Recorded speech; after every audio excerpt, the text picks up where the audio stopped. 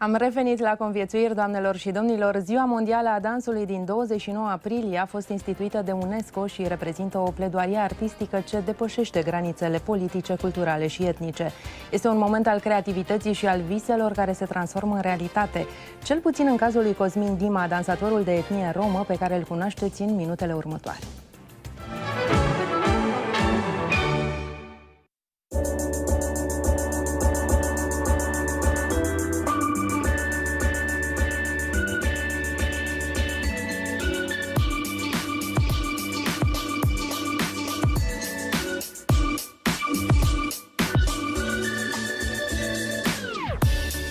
Dansul l-a dus în multe colțuri de Românie. Au fost competiții, provocări și tot atâtea amintiri adunate.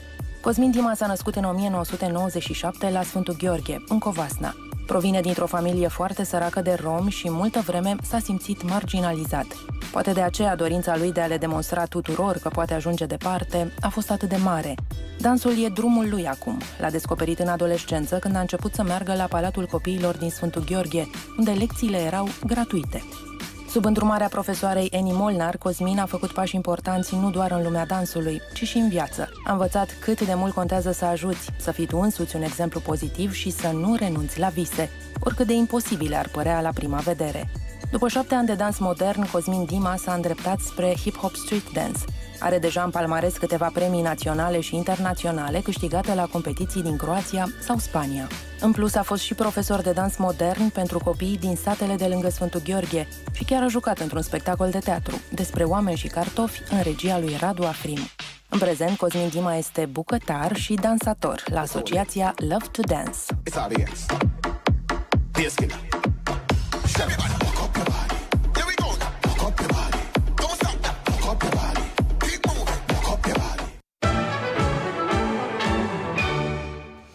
De la Sfântul Gheorghe la București și din sala de dans în platoul Conviețuiri. Cosmin Dima este alături de noi. Bine ai venit, Cosmin!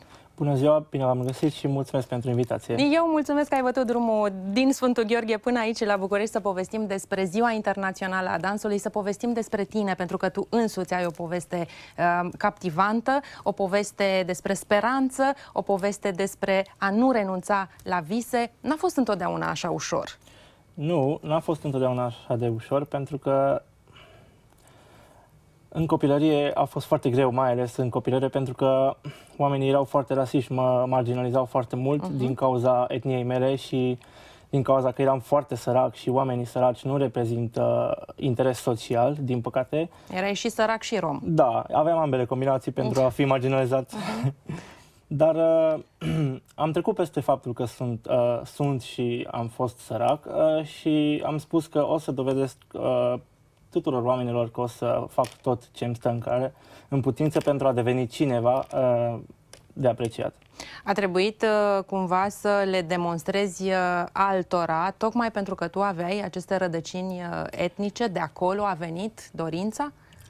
Nu, mi-a venit dorința pur și simplu, pentru că vroiam să fiu apreciat de oameni care mă înconjoară, de fapt. Și, în primul rând, pentru mine însumi am făcut asta.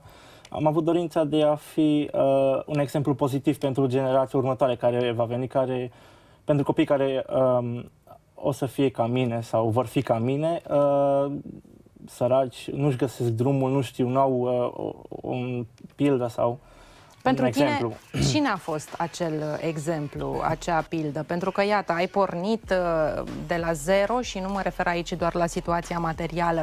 Mă refer la acea încredere pe care orice copil ar trebui să o primească, indiferent de culoarea pielii, indiferent de câți bani au în bancă părinții lui și așa mai departe. Când a apărut acel om care ți-a schimbat traiectoria și cine este acel om? N-am avut un exemplu anume. Pur și simplu mi-a venit, în copilărie am avut un accident. Am căzut de la etajul 9 la vârsta de 13 ani și după acest accident am supraviețuit prin minune, nu știu cum s-a întâmplat asta. De la ce etaj? De la etajul 9. Da, știu, pare imposibil, dar s-a întâmplat și am supraviețuit printr-o spărtură de craniu. Wow! Și după aceea te-ai apucat de dans? Da, nu, între timp eu practicam sporturi înainte de acest accident, adică am încercat foarte multe sporturi. Făceam basket, lupte libere, fotbal, Și după acest accident am încercat să caut altceva, că nu găseam drumul, nu găseam liniștea și până la urmă a venit această decizie de a dansa în clasa a 7-a, dacă nu mă înșel, când o colegă de clasă și-a adus gagiul în ultima săptămână de școală la un ultim party în clasă și acel băiat, când a început să danseze, toată lumea l-a înconjurat și erau fascinați. Wow, cum ai făcut, cum e? Și eu de mic copil eram foarte deștept și vedeam chestii astea mărunte, mi-am dat seama foarte repede că asta îmi doresc și eu. Și atunci m-am dus la Palatul Copiilor la Sfântul Gheorghe și m-am înscris la orele de dans unde nu trebuia să plătesc, pentru că erau gratuite cât eram elev. Și atunci am început să dansez și să evoluez. Cum treceau ani, evoluam și ajungeam din ce în ce mai bun, din ce în ce mai pasionat de drumul acesta. Da. Te-ai mai simțit marginalizat în lumea aceasta artistică, în lumea dansului? Deja vorbim de o altă zonă. Ai terminat cu școala, ai trecut într-o altă etapă. Cum a fost mai departe?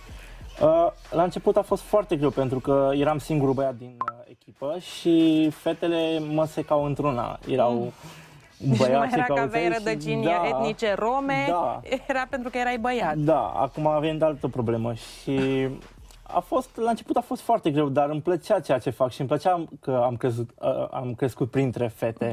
Că eram printre fete, eu înainte de-abia vorbisem cu o fată, măcar habar nu aveam cum să fac o conversație cu o persoană feminină. Și mi-a plăcut reacția profesoarei mele, Annie Molnar, căruia îi sunt și foarte recunoscător pentru acea decizie, că m-a luat sub aripa ei și m-a ajutat foarte mult. Cum să spun, a fost foarte pozitiv pentru mine, un lucru pozitiv. M-au primit ca într-o familie, călduros. Era foarte călduros acolo și nu simțeam acel gol în suflet și acel frig pe care îl simțeai înainte. Da, nu mă mai simțeam singur. Și a fost foarte, foarte bine. Mi-am dat seama că asta îmi doresc, să dansez întotdeauna și am practicat această artă, de fapt, că este o artă, dansul. E adevărat. Și e ziua dansului mâine. Se întâmplă lucruri la Sfântul Gheorghe acolo pentru a marca momentul? Din păcate nu, din cauza noului, adică de fapt nu mai e nou, care un an deja. Din cauza pandemiei nu se fac nimic, din păcate. În anii precedenți se făceau flash mob-uri sau chestii de gen. Oricum, acum trebuia să fie zilele Sfântul Gheorghe și în acest scop făceam și noi spectacole. Crezi că arta, dansul, punctual, pentru că am vorbit despre dans, are această putere de a lupta împotriva discriminării, de a estompa prejudecățile sau de a le elimina complet? Tu ai trăit ambele experiențe. Ai simțit și cum e să fii discriminat, ai simțit și cum e să fii primit într-un grup ca într-o familie. Da. Acel grup era un grup artistic, era vorba de muzică, era vorba de dans. Putem, prin artă, să luptăm împotriva discriminării? Ce părere ai? Eu cred că da, pentru că în dans nu există rasism. În dans există dansatori buni și dansatori slabi. Ei însă nu sunt rasiști dansatori. Niciunul dintre dansatori nu sunt rasiști, că, de exemplu, să fie unul contra unul să danseze și să zice, hai că tu ești de altă etnie sau de altă culoare și eu sunt mai nu știu ce. Nu există. În dans este că cine este mai bun. Asta există și, da, părerea mea este că se poate lupta împotriva rasismului și discriminării prin dans. Da, exact. Unde te vezi foarte pe scurt peste 5 ani? Nu mi-am închipuit, dar mă văd un profesor de dans și un speaker motivațional. Îți țin pumnii, Cosmin, îți țin pumnii. Îți mulțumesc că ai venit de la Sfântul Gheorghe. Și cu această ocazie aș dori să îi mulțumesc doamnei profesoare încă o dată pentru efortul depus și munca ei depusă. Noi mulțumim pentru ce faci. Pumnii strânși pe mai departe să ajungi în America.